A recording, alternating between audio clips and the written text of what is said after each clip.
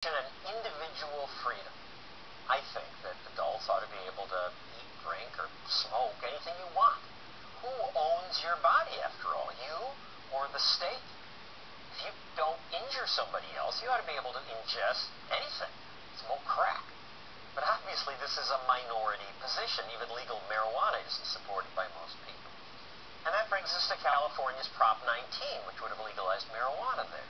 2 weeks ago, the betting at Intrade.com, which has been the most reliable predictor of political events, said there was a 60% chance that Prop 19 would pass.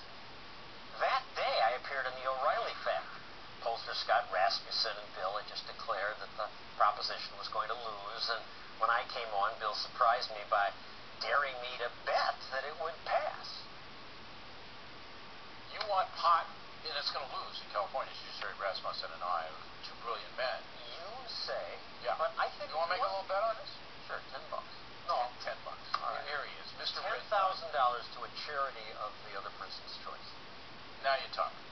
And now I'm out $10,000. Prop 19 lost 54 to 46%. Here to gloat about that, actually I'm in his studio, is Bill O'Reilly. So, no gloating zone, just like the no spin zone. But I want you to acknowledge, in front of the many millions of people watching the Stossel program on the Fox Business Channel, that I am in touch with the folks, and you are. Yeah, how did you know it was going to lose? Because it's basically, when it comes right down to it, Americans are center right. Even in California, crazy state, but even there, people go, do I really want to open up a more permissive society? Do I really want to do that? And the answer is I don't. All right, well, let's talk about that. And I agree with you. It would be a more permissive society. Some people would try marijuana. Some people would get into trouble. Right. But compare that to what the black market does. Well, let me give you this analysis, and then you can rebut. I've researched this deal, okay? I've researched it for a thesis I did at Harvard when I was at Kennedy School, and I've researched it lately with Joe Califano's group. Who's a zealot against drugs. He's a zealot against drugs, but he's got data that's in stone that says the rehab costs that a legalization of any drug would lead to at 9 times as much as the tax revenue that would come in. Because most people on rehab don't pay for their rehab. The state does. And the second thing is the medical marijuana experiment. As you may know, in California, in San Francisco, they opened up all these clinics. And what did they find in these clinics? Number one, the neighborhoods got ruined because all the potheads got their headache and went in and got all the pot, and then they went out on the stoop and smoked. Okay, that can happen. But look at the direct consequences of the law. There's the crime, all the shootings, all the horrible stuff going on in Mexico. There are no beer gangs, no wine gangs.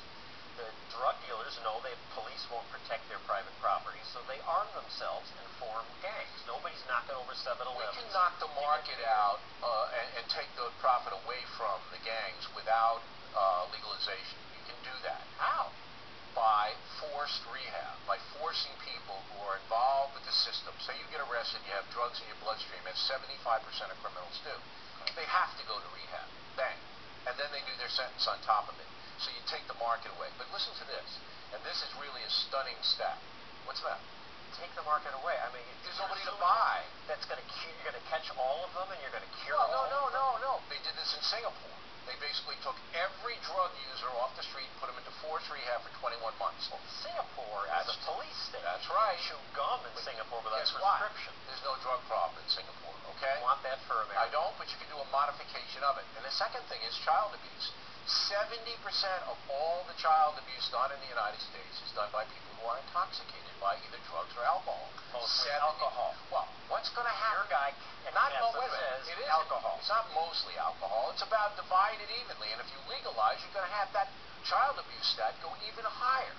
Let me approach it from another direction.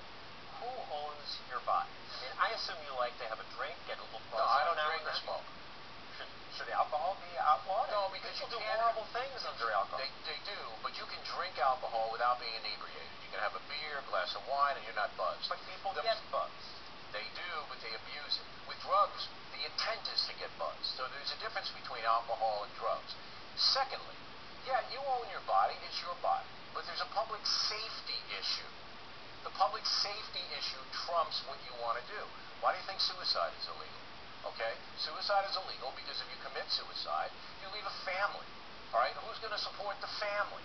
These are things you can't do for public safety reasons. Well, suicide's a good example because how effective is that law? I mean, It doesn't matter how effective people use these you drugs. can always break the law, Stossel, And always. all the drug use, it's illegal now, and you have all these problems with it being illegal. Based upon my time in Switzerland, when they tried to legalize heroin, and the whole city of Zurich became a zombie capital, right? But that was, Amsterdam, again, one tiny place where everybody came. How about Amsterdam, Portugal, the whole country? I haven't been to Portugal lately, but I might go over and take a look. I have an open mind on this, but I think don't. Yes, I do. But I don't think that the evidence shows that legalization will solve the problem as much as cause more problems.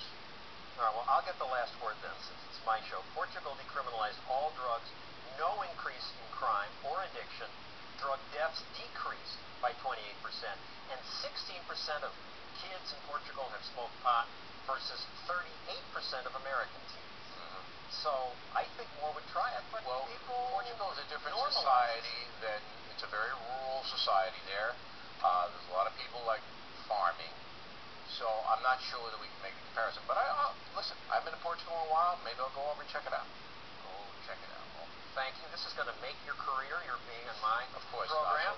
Any association with you, big.